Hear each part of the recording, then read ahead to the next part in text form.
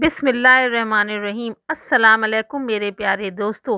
पिछले वीडियो में आपको बताया था कि किस तरह यूसुफ अलैहिस्सलाम 9 साल जेल में रहे और फिर बादशाह ने एक ख्वाब देखा और बादशाह के ख्वाब की ताबीर जानने के लिए नौकर जेल में उनसे मिलने गया। पूरा वाक़या जानने के लिए पिछले वीडियो के लिंक्स डिस्क्रिप्शन बॉक्स में दिए गए हैं, वहाँ से आप सुन सकते हैं।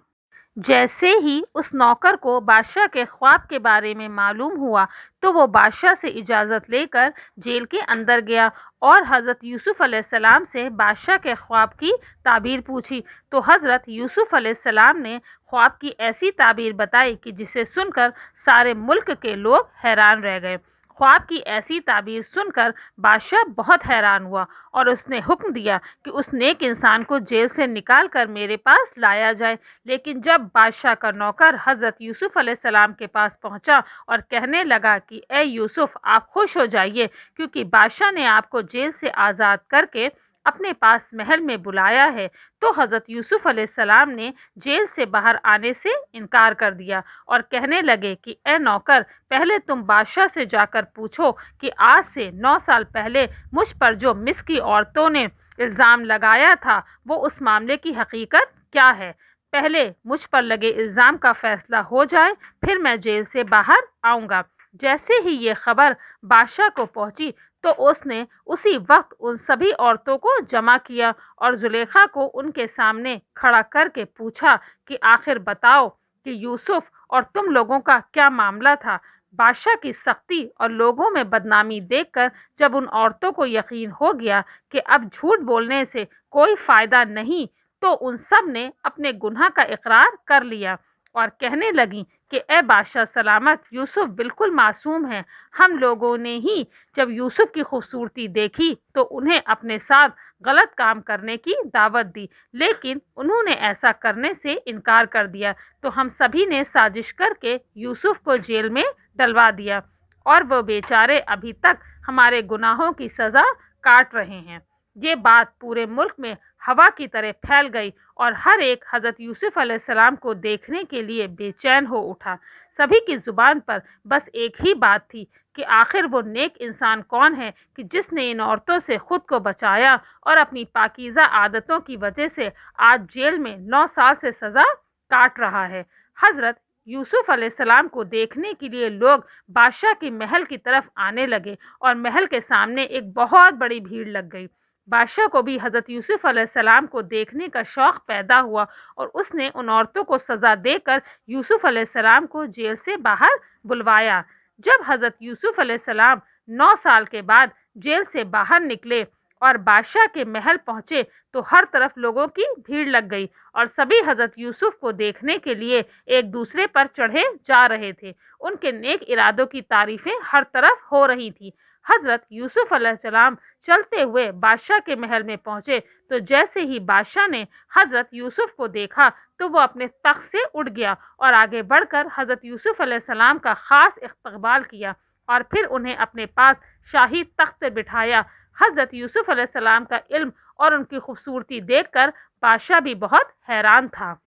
बादशाह ने हज़रत यूसुफ अलैहिस्सलाम के सामने फिर से अपना वही ख्वाब दोहराया और कहने लगा कि ए नेक इंसान, आपकी बताई गई ताबीर के मुताबिक अगले 7 सालों के बाद मेरे मुल्क मिस्र पर बहुत बड़ी मुसीबत आ जाएगी, इसलिए अब मुझे क्या करना चाहिए।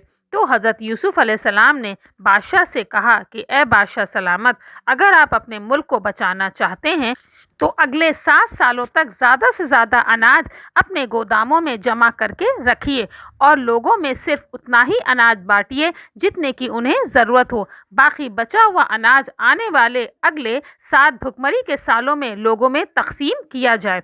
ये सुनकर बादशाह ने सोचा कि आखिर इतनी बड़ी जिम्मेदारी कौन संभाल सकता है, ये तो मेरे बस की बात नहीं है। इसलिए उसने हज़रत यूसुफ अलैहिस्सलाम से कहा कि ए नेक इंसान, मैं आपको इस बात का ज़्यादा हकदार समझता हूँ कि आप मेरे ख़ास वज़ीर बन जाएं। तो हज़रत यूसुफ अलैहिस्सलाम ने बादशाह से कहा कि ए बादशाह सलामत, आप मुझे वज़ीर ना बनाकर अपने मुल्क का ख़जानची बना दीजिए, क्योंकि मैं अमानतदार भी हूँ और चीज़ों की पूरी हिफाजत करने वाला हूँ। बादशाह को हज़रत यूसुफ अलैहिस्सलाम पर पहले ही भरोसा हो चुका था, اس لیے جیسے ہی حضرت یوسف علیہ السلام نے خزانچی بننے کی فرمائش کی تو بادشاہ نے بلا جھجک فوراً حکم دے دیا کہ آج سے ملک کے خزانچی یوسف رہیں گے، اور اسی وقت حضرت یوسف علیہ السلام کے دستخط لے لیے اور انہیں مصر ملک کا خزانچی بنا دیا گیا۔ شام ہوتے ہوتے حضرت یوسف علیہ السلام کے ہاتھوں میں بادشاہ کے خزانوں کی چابیاں پکڑا دی گئیں۔ خزانچی بننے کے بعد حضرت یوسف علیہ السلام نے مصر ملک کے لیے وہی طریقہ اپنایا جو انہوں نے خواب کی تعبیر میں بتایا تھا، اور پھر نوکروں کو حکم دے کر آنے والے 7 سالوں کے لیے اناج اکٹھا کرنا شروع کر دیا، اور لوگوں میں صرف اتنا ہی اناج بانٹا جائے کہ جتنے کی انہیں ضرورت ہو، اور اسی طرح 7 سال گزر گئے۔ 7 سال گزرنے کے بعد حضرت یوسف علیہ السلام کی بتائی گئی تعبیر لوگوں کو سچ ہوتی نظر آنے لگی۔ بارش ہونا بند ہو گئی، کھیتوں میں اناج سوکھنے لگا، ہر طرف سوکھا پڑنے لگا، لوگ پانی اور کھانے کو ترسنے لگے۔ آخر اتنی زیادہ بھوکمری آئی کہ لوگ موت کی کگار پہ پہنچ گئے۔ تو اس وقت حضرت یوسف علیہ السلام نے جمع کیا ہوا اناج کو لوگوں میں مفت میں بانٹنا شروع کرا دیا اور پورے مصر کو موت کے منہ سے باہر نکال لیا۔ حضرت یوسف علیہ السلام پہلے ہی نبی تھے، اس لیے تو اپنے ملک اور لوگوں کے ساتھ بہت ہمدرد تھے اور ہر ایک کا بہت زیادہ خیال رکھتے تھے۔ ان کی ایسی ہی اچھی عادتوں کی وجہ سے پورے ملک کے لوگ ان سے بہت زیادہ محبت کرنے لگے تھے، اور مصیبت کے وقت انہوں نے بادشاہ اور ملک کے لوگوں کا جو ساتھ دیا اسے دیکھ کر تو ہر کوئی حیران تھا۔ جب آنے والے 7 سالوں میں ہر طرف سوکھا پڑ گیا اور لوگ اناج و پانی کو ترسنے لگے تو لوگوں میں مشہور ہو گیا کہ مصر کے بادشاہ کا خزانچی اتنا نیک انسان ہے کہ وہ لوگوں میں مفت میں اناج بانٹ رہا ہے۔ یہ سن کر دور دور شہروں سے لوگ حضرت یوسف علیہ السلام کے پاس آنے لگے۔ وہ اپنی ضرورت کا اناج و غلہ لے کر اپنے شہر واپس چلے جاتے۔ حضرت یوسف علیہ السلام کے والد حضرت یعقوب علیہ السلام آج بھی دن رات اپنے لڑکے یوسف کو یاد کرتے تھے اور اکثر ان کی یاد میں رویا کرتے تھے۔ حضرت یوسف علیہ السلام سے جدائی کے پورے 40 سال گزر چکے تھے، لیکن آج بھی یہ بوڑھا باپ اپنے اس چھوٹے سے بچے یوسف کو یاد کر کے اکثر رویا کرتا تھا۔ حضرت یوسف علیہ السلام کے والد حضرت یعقوب اور ان کے لڑکے سب مصر شہر سے دور ایک گاؤں میں رہا کرتے تھے۔ بھوکمری کے دنوں میں اس گاؤں میں بھی اتنا زیادہ سوکھا پڑ گیا کہ لوگ دانے دانے کو ترسنے لگے۔ تو حضرت یعقوب علیہ السلام کو جب اس بات کی خبر ہوئی کہ مصر کے بادشاہ کا خزانچی بہت نیک انسان ہے اور وہ لوگوں میں مفت میں اناج بانٹتا ہے، تو انہوں نے اپنے لڑکوں سے کہا کہ اے میرے بچوں، تم بھی مصر شہر جاؤ اور وہاں کے اس نیک بادشاہ کے خزانچی سے اپنے لیے کچھ اناج مانگو۔ مجھے پورا یقین ہے کہ وہ تمہیں اناج ضرور دے دیں گے۔ اس بوڑھے باپ کو نہیں پتا تھا کہ مصر کے تخت پر بیٹھا وہ نیک انسان جو لوگوں میں مفت میں اناج بانٹ رہا ہے وہ کوئی اور نہیں بلکہ اسی بوڑھے باپ کا لڑکا حضرت یوسف علیہ السلام ہے، کہ یہ وہی یوسف ہیں جو آج سے 40 سال پہلے بھائیوں کی دشمنی کی وجہ سے اپنے والد حضرت یعقوب علیہ السلام سے بچھڑ گئے تھے۔ حضرت یعقوب علیہ السلام بھی نبی تھے، اس لیے اللہ نے حضرت جبریل علیہ السلام کے ذریعے انہیں بتا دیا تھا کہ اے یعقوب، ایک دن تمہارا لڑکا یوسف تمہارے پاس لوٹ کر ضرور آئے گا، تم اس کا انتظار کرنا۔ اللہ کی اس بات پر حضرت یعقوب علیہ السلام کو پورا یقین تھا اور وہ دن رات اپنے لڑکے یوسف کی یاد میں رویا کرتے تھے۔ اسی طرح 40 سال گزر گئے اور اس بوڑھے باپ کو اپنے بچے یوسف کی کوئی خبر نہ ملی۔ آخر وہ وقت بھی آ گیا کہ جب اللہ نے فیصلہ کیا کہ اب اس بوڑھے باپ کو اس کے معصوم بیٹے یوسف سے ملا دینا چاہیے، تو اللہ تعالیٰ نے حضرت یعقوب کے دل میں یہ بات ڈالی کہ اپنے جوان لڑکوں سے کہیں کہ وہ مصر شہر جائیں اور وہاں کے بادشاہ سے جا کر اناج مانگیں۔ باپ کے کہنے پر حضرت یوسف علیہ السلام کے سارے بھائی مصر شہر کی طرف چل دیے تاکہ وہ بھی بادشاہ سے اپنے لیے کچھ اناج مانگ کر اپنی زندگی بسر کر سکیں۔ یہ سارے بھائی جب مصر شہر پہنچے اور بادشاہ کے محل میں داخل ہوئے تو حضرت یوسف نے جیسے ہی اپنے بھائیوں کو دیکھا تو وہ فوراً انہیں پہچان گئے، لیکن یہ سارے بھائی حضرت یوسف علیہ السلام کو نہ پہچان سکے کیونکہ 40 سال گزر چکے تھے اور یہ سارے بھائی سمجھتے تھے کہ یوسف تو کب کے اس کنویں میں پڑے پڑے مر چکے ہوں گے، لیکن جس کی حفاظت اللہ کرے اسے دنیا کی کوئی طاقت نہیں مٹا سکتی۔ हज़रत यूसुफ का एक सगा भाई भी था जो सबसे छोटा था, जिसका नाम बुनियामीन था। हज़रत याकूब अलैहिस्सलाम अपने खोए हुए बेटे यूसुफ को सबसे ज़्यादा चाहते थे और उनके बाद अपने छोटे बेटे बुनियामीन को बहुत ज़्यादा मोहब्बत करते थे। बुनियामीन हज़रत यूसुफ अलैहिस्सलाम के सगे भाई थे और बाकी के 9 भाई सौतेले थे, मतलब दूसरी माँ से थे। हज़रत यूसुफ अलैहिस्सलाम के सौतेले भाई जैसे हज़रत यूसुफ अलैहिस्सलाम से नफ़रत करते थे, वैसे ही उनके छोटे भाई हज़रत बुनियामीन से भी बहुत नफ़रत करते थे और हर वक्त उन्हें नुकसान पहुंचाने की कोशिश में लगे रहते। इसलिए हज़रत याकूब अलैहिस्सलाम अपने इस बच्चे बुनियामीन को इन 9 भाइयों के साथ कभी बाहर ना भेजते, क्योंकि हज़रत याकूब अलैहिस्सलाम अपने इन 9 लड़कों पर बुनियामीन के सिलसिले में भरोसा नहीं करते थे। उन्हें डर रहता था कि जैसे इन भाइयों ने यूसुफ के साथ चाल चलकर उसे मुझसे जुदा कर दिया है, ऐसे ही कहीं ये बुनियामीन को भी मुझसे जुदा ना कर दें।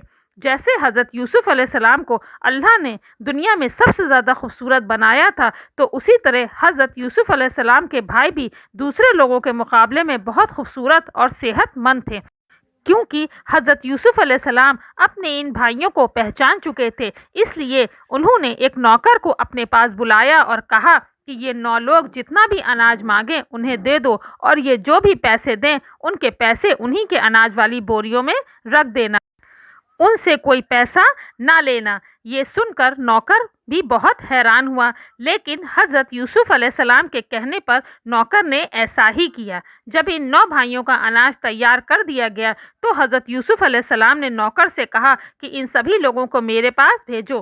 तो नौकर दौड़ता हुआ उन भाइयों के पास गया और कहने लगा कि तुम्हें बादशाह बुला रहे हैं। ये सुनकर वो सब बहुत हैरान हुए और जल्दी से हज़रत यूसुफ अलैहिस्सलाम के पास पहुँचे।